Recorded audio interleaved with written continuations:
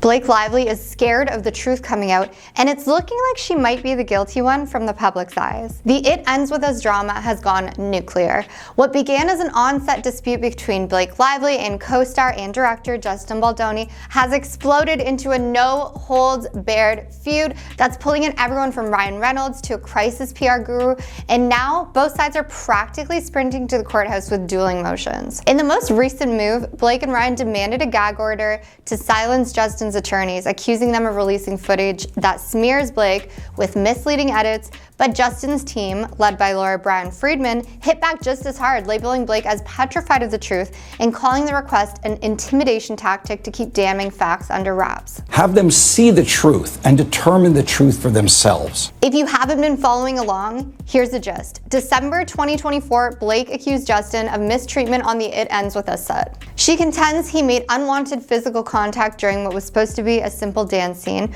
rubbing his face along her neck in improvised intimacy that she neither approved or expected.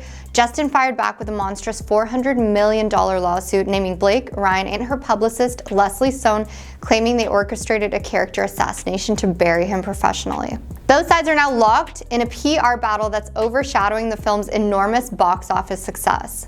The latest bombshell? Blake's lawyers marched into court demanding a protective order, basically a muzzle on Justin's team, who kept leaking behind-the-scenes material to keep the press. This request came right after DailyMail.com published 10 minutes of raw footage from the It Ends With Us shoot. I may not always love you. The clip showed the two co-stars dancing in a bar scene, smiling, chatting with seemingly no tension. Friedman insists it proves Blake's claims are bogus, but Blake's team sees it differently, saying the video reveals the real problem. Justin leaning in uninvited, flicking her lip, talking out of character in a way that allegedly made her uneasy. She wasn't playing a part. They argue she was genuinely uncomfortable, pulling away and repeatedly suggesting they talk instead of continuing physical contact. Justin's crew says Blake's new push for a gag order only confirms their suspicion that she's scared of the truth. Friedman's statement to DailyMail.com drips with scorn, painting her as a Hollywood titan used to wielding immense power thanks to Ryan's clout and all their high-powered friends. She couldn't accept that the public saw through her facade. Friedman declared, adding that Blake launched a false and well-calculated hit piece in the New York Times to ruin Justin once and for all. Friedman further calls the entire fiasco mean-spirited, accusing her of having no regard for the domestic violence community by turning such serious allegations into a personal vendetta. So Blake's lawyers retort that Friedman and Justin are the ones waging a retaliatory media campaign trying to spin partial evidence to shape public perception. They claim the 10-minute behind-the-scenes footage is edited or at least intentionally packaged to mislead people. In their opinion, it is yet another example of Justin's selective leaks to smear a woman who dared to call him out. They maintain her lawsuit is packed with concrete evidence, including specific text messages and testimonies from others on set. She also insists Sony asked her, not Justin, to oversee the final cut of the film, meaning she had a legitimate role in shaping the storyline, contrary to Justin's suggestion that she seized control. That's some tea. Meanwhile, Friedman says it's all a spin. He insists the reason people keep seeing behind-the-scenes video is because Blake's camp started with a hit piece, and his client has every right to defend himself. Friedman claims to have mountains of evidence, real text messages, longer video recordings, direct emails, stuff that, according to him, will prove Justin never crossed a line. Friedman even points to a meltdown at the film's August premiere where Justin says security escorted him and his family to the basement at Blake's request to keep him off the red carpet. Blake's attorney calls that scenario fiction, adding that no one forcibly locked him away from the cast. Yet Friedman says the truth is documented. He has security logs, text messages, and statements from eyewitnesses. This epic meltdown might be overshadowed by another swirl.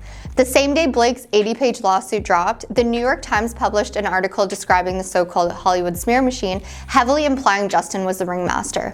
He denies orchestrating any defamation efforts. In fact, Justin's legal strategy now includes suing the New York Times for defamation, saying they cherry-picked and twisted communications to demonize him. Friedman told DailyMail.com, it's unbelievably ironic that Blake is petrified of further revelations, given that her side allegedly triggered the entire avalanche of coverage in the first place. By Friedman's account, if Blake's version was so solid, she wouldn't need a gag order to block unfiltered evidence. As As usual in these high-profile disputes, the personal stakes are enormous. Blake's attorney argued that Justin's approach aims to scare potential witnesses from supporting her claims. Friedman calls that nonsense, stating they only want an open, transparent process. Observers in Hollywood are stunned by how quickly the conflict escalated from on-set tensions to lawsuits worth hundreds of millions. Many wonder if this trial, if it reaches the stage, could overshadow even the Heard versus Depp fiasco, especially with big names like Ryan Reynolds and a crisis PR manager rumored to be playing behind-the-scenes roles.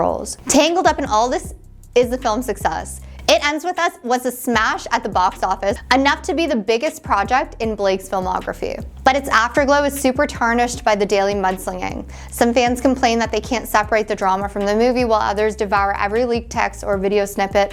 A film that was supposed to stand out for its emotional storyline has, ironically, become a footnote in a legal circus. Meanwhile, critics who dislike the film now have even more ammo, saying that real-life chaos mirrors the on-screen tension. Gossip watchers note that if Blake truly was trying to sabotage Justin, assuming Friedman's insinuations have merit, it's backfiring big time, turning into a toxic soap opera. And let's not forget the ripple effect on their careers. Justin had been carving out a niche as a thoughtful director-producer, especially after Jane the Virgin, while Blake was forging a post-Gossip Girl identity as a strong lead actress. Both were rising in the industry and each had large fan bases. Now studios could worry about hiring them for future projects, given how easily creative disagreements turned into savage lawsuits. Friedman suggests that Blake's Hollywood intimidation tactics might be done for, but if Justin's name stays linked to allegations, that's hardly good news for him either. Ryan Reynolds, roped in by Justin's countersuit, might also face unwelcome questions about whether he used his star power to meddle behind the scenes. The ramifications could linger for years, no matter how the judge eventually rules. Within last week, more letters to the judge have popped up. Blake's team hammered away at Friedman, claiming he's fanning sensational headlines by dropping partial videos or sensational statements like calling her petrified of the truth. Friedman responded that you can't muzzle a defendant from sharing evidence. He called the entire gag order request tactical gamemanship, insisting it's just a ploy so Blake can keep her curated narrative unchallenged. He further states that if the judge allows him to show all pure, unedited facts, Blake's accusation will collapse. As it stands, neither side appears ready to blink. Friedman is doubling down, telling anyone who will listen that they have more unseen content that'll exonerate Justin. Blake's crew wants the judge to stop Friedman from turning the process into public spectacle, only to be accused themselves of fueling the tabloids in the first place. Each day brings a new statement, leak, or scathing letter, and the celebrity press is eating it up. Ultimately, the question is whether Blake Lively is truly scared of the truth, as Friedman claims, or if she's simply trying to avoid a trial by public opinion. Friedman's biting remarks might just be tough talk, or they could reflect real confidence in Justin's innocence. Meanwhile, Blake says freedom stunts overshadow actual justice. The tangle has evolved into cat and mouse game of pointing fingers, she's lying, versus he's twisting evidence, versus they're all weaponizing the media. Fans are left sifting through contradictory footage, contradictory claims, and more contradictory commentary. By all appearances, we're nowhere near resolution. One thing seems certain: the day the judge decides whether to grant or deny that gag order might be the next big bombshell. If Friedman is allowed to just keep dropping footage and text messages at will, expect this drama to intensify fast. If the judge clamps down, Friedman will almost certainly cry foul, claiming Blake's star power led to a muzzle on Justin's defense. Either way, it's a tense standoff that shows no sign of deflating.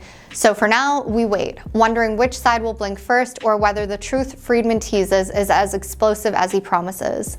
What do you guys think of the new info? Let me know in the comments. I hope you have a great day.